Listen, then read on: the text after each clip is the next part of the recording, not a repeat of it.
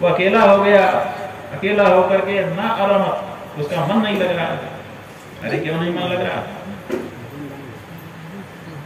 लेकिन पहले ये बताया और फिर कहा कि वो मन वाला हो गया, फिर बुद्धि वाला हो गया, फिर इंद्रियों वाला हो गया, फिर ज्ञानेंद्रियां के बाद कर्मेंद्रियां बन गई, फिर शरीर आ गया, पंचमहाभूत आ गए, उनके सात्विक राजस तामस अंश हुए और फिर उन सब के द्वारा चित जल पावक गगन समीरा पंच रसित अतियधम शरीरा, ये शरीर आ गया और फिर सभी शरीर आ गए, मनुष्य आ गए, पशु आ गए, पक्षी आ गए, अंडज पिंडज बुद्धज सब आ गए, वृक्ष आ गए, सब आ गए।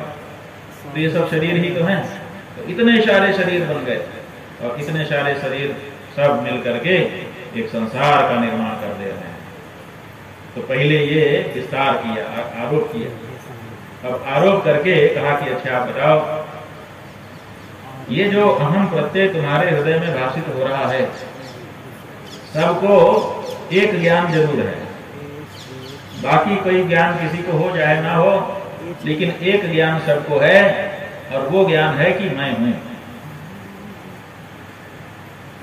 अमुक है कि नहीं पता नहीं है, ये शहर है कि नहीं, ये गांव है कि नहीं, ये खेत है कि नहीं, ऐसा है कि नहीं, वैसा है कि नहीं, पता नहीं। हो सकता है कुछ लोगों को पता हो, कुछ लोगों को नहीं पता, लेकिन चाहे वो भारत का व्यक्ति हो, चाहे कहीं और का हो, चाहे गरीब हो, चाहे अमीर हो, चाहे काला हो, चाहे गोरा हो, चाहे पुरुष हो, चाहे स्त्री हो, चाहे ज्ञानी हो, चाहे मूर्ख हो, जैसा भी हो, जो भी हो, एक बात उसको जरूर पता है और अच्छी तरह से पता है कि मैं हूं।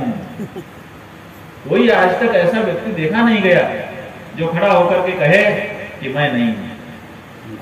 आप लोग हो कि नहीं हो? ये देखिए आशा सोमरिया जी कह रही हैं हम हैं, काय नहीं। तो सबको इस बात का ज्ञान है कि मैं हूं, माने अहम जो तत्व है, अहम प्रत्यय, ये सब में भास रहा है। तो ये जो अहम प्रत्यय है, जो सब में विद्यमान है, मैं, ये जो मैं है, इसी को तो जानना है। अब इस मैं में कुछ गड़बड़ी आ गई। कोई कह रहा है कि मैं ब्राह्मण हूं, कोई कह रहा है कि मैं क्षत्रिय हूं। मैं तो दोनों कह रहे हैं, कोई कह रहा है कि मैं पुरुष हूं, कोई कह रहा है कि मैं स्त्री हूं। मैं दोनों कह रहे हैं कि मैं स्त्री हूं, मैं पुरुष हूं। मैं का जो अनुभव है वो तो सबका एक जैसा है, लेकिन बाद में मैं गुजराती हूं, मैं मराठी हूं, मैं यजमान हूं, मैं आचार्य हूं।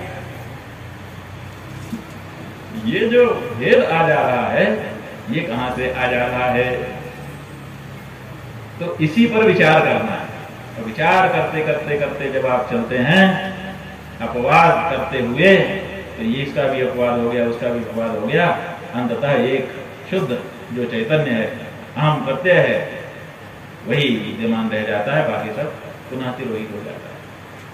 तो अध्यारोपापवादाभ्याम निष्प्रपंचम प्रपंचये, अध्यारोप और अपवाद के द्वारा निष्प्रपंच में प्रपंच दिखाया जाता है और प्रपंच दिखा करके फिर उसका भी निराश करके फिर निष्प्रपंच की सिद्धि कर दी जाती है, तो ब्रह्म सिद्धि हो जाती है।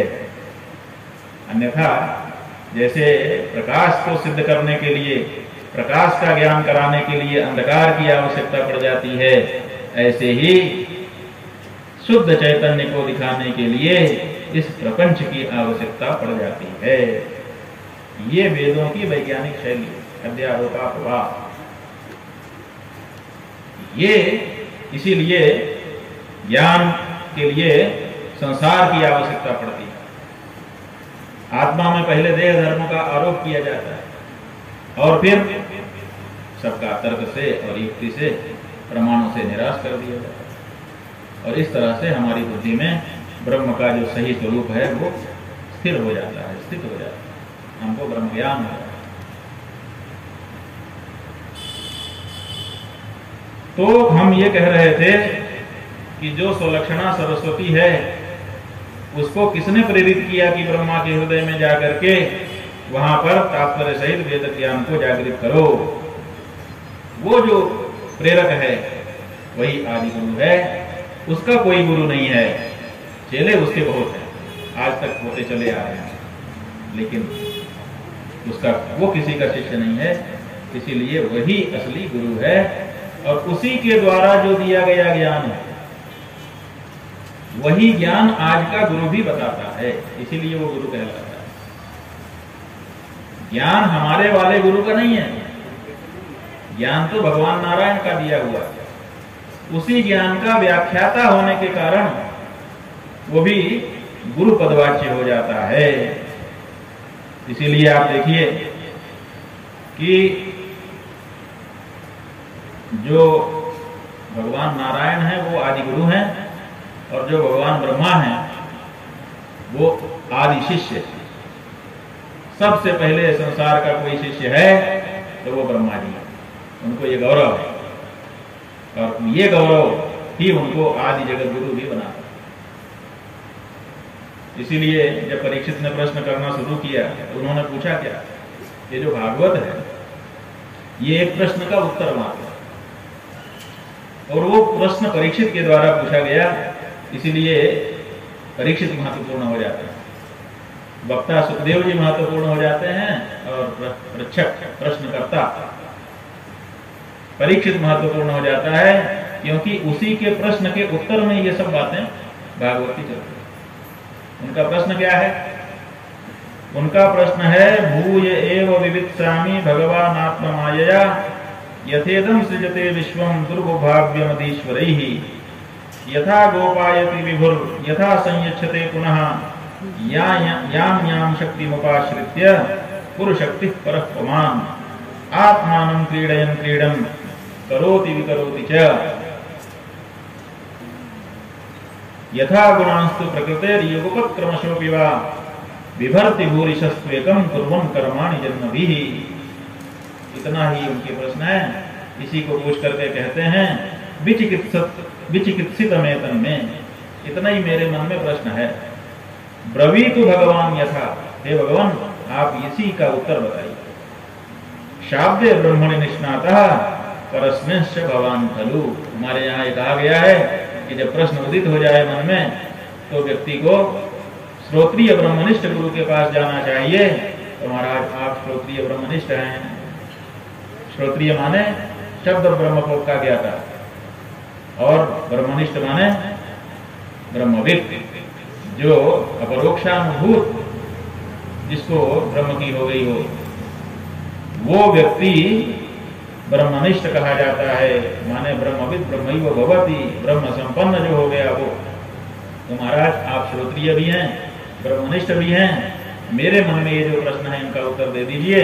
और प्रश्न क्या है कि ये जो संसार है, इस संसार की रचना भगवान करते हैं। कैसे करते हैं? इस संसार की रचना कैसे होती है, इस संसार का पालन कैसे होता है और फिर इसका लय संहार ये कैसे होता है। और महाराज सुना है कि अपनी प्रकृति का अधिष्ठान लेकर के, उसकी सहायता लेकर के भगवान ये कार्य करते हैं। तो जो उनकी प्रकृति है वो तो त्रिगुणात्मिका है, तो उसके जो 3 गुण हैं सत्व रज तम, इन तीनों गुणों को एक साथ प्रयोग में ले आते हैं कि अलग अलग क्रम से एक एक गुणों का प्रयोग करते हैं। आखिर क्या पद्धति है कि जहां कुछ नहीं है वहां बहुत कुछ हो जाता है। ये जादूगर की जादूगरी जैसा जो संसार है, जिसका न कोई और है न कोई छोर है, ये बनता कैसे है आखिर? बाकी तो हमको पता है कि भाई बीज बोएंगे, आम का बीज होगा तो आम का पेड़ हो जाएगा। आम के पेड़ में से बाद में फिर फल लगेगा, फिर बीज हो जाएगा, फिर उसको बो देंगे तो उससे एक नया पेड़ हो जाएगा। यही ऐसे ऐसे क्रम चल रहा है। बीज वृक्ष बीज वृक्ष बीज वृक्ष, ऐसे ही हमारा आपका चल रहा है। पिता पुत्र पिता पुत्र पिता पुत्र पिता पुत्र। ये तो समझ में आता है कि पुत्र जो है आगे चल के पिता बन जाता है, उसको पुत्र हो जाता है, वही पुत्र फिर आगे चल के पिता बन जाता है। यहां तक तो बात समझ में आती है, लेकिन अगर ऐसे पीछे की तरफ देखें कि ये बताओ कि ये पुत्र और पिता जो बन रहे हैं, इनमें से पहले पिता बना कि पहले पुत्र बना? अगर कहते हैं कि पहले पिता हुआ तो पिता हो ही नहीं सकता, पहले उसको पुत्र होना पड़ता है। अगर कहें कि पुत्र हुआ पहले तो भैया कोई पिता रहा होगा तभी पुत्र हुआ, बिना पिता का पुत्र कहीं होता नहीं। तो जब हम पीछे की तरफ देखते हैं, आज वर्तमान में देखते हैं, तो बिल्कुल सिद्धांत एकदम सही है कि पिता से पुत्र, पिता से पुत्र, पिता से पुत्र। लेकिन जब अंतिम छोर हम देखना चाहते हैं, तब बात हमको बहुत चमत्कृत कर देती है, दिमाग घूम जाता है, समझ में नहीं आता कि आखिर पहले पिता हुआ कि पहले पुत्र हुआ, पहले अंडा कि पहले मुर्गी। आज तक लोग नहीं समझ पाए। क्यों समझ नहीं पाए? क्योंकि समझ पाएंगे नहीं। ये जो संसार है ये माया का संसार है, और माया के संसार में कोई और छोर नहीं होता। आप एक कलम कागज लेकर के बैठ जाएं और अपना चित्र बनाना शुरू कर दें। अब आप उसमें 100 सिर वाला व्यक्ति बना सकते हैं, 50 हाथ वाला व्यक्ति बना लीजिए, 100 पैर वाला बना लीजिए, आपके ऊपर है ना। आप जो चाहिए बना लीजिए, जो बना देंगे वो हो जाएगा। अगर आप में संकल्प शक्ति है, आपके अंदर चित्रकारी का गुण है, तो जो बना देंगे वो बन जाएगा। तो केवल संकल्प शक्ति की आवश्यकता है, कोई सिद्धांत इसमें निरूपित नहीं हो सकता। क्यों? क्योंकि जादूगर जब मंच पर आकर के जादू दिखाता है, तो वहां पर कबूतर पैदा करने के लिए कबूतरी नहीं आती। वहां पर तो सीधे वो हाथ में कागज लिए रहता है, ऐसे करता है तो कबूतर उड़ने लगता है। कबूतरी आके थोड़े कबूतर को पैदा करती है। तो जैसे जादूगर बिना आगा पीछा के कोई चीज पैदा कर देता है, ऐसे ही ये संसार भी भगवान की जादूगरी है। इसमें क्या और छोड़ दे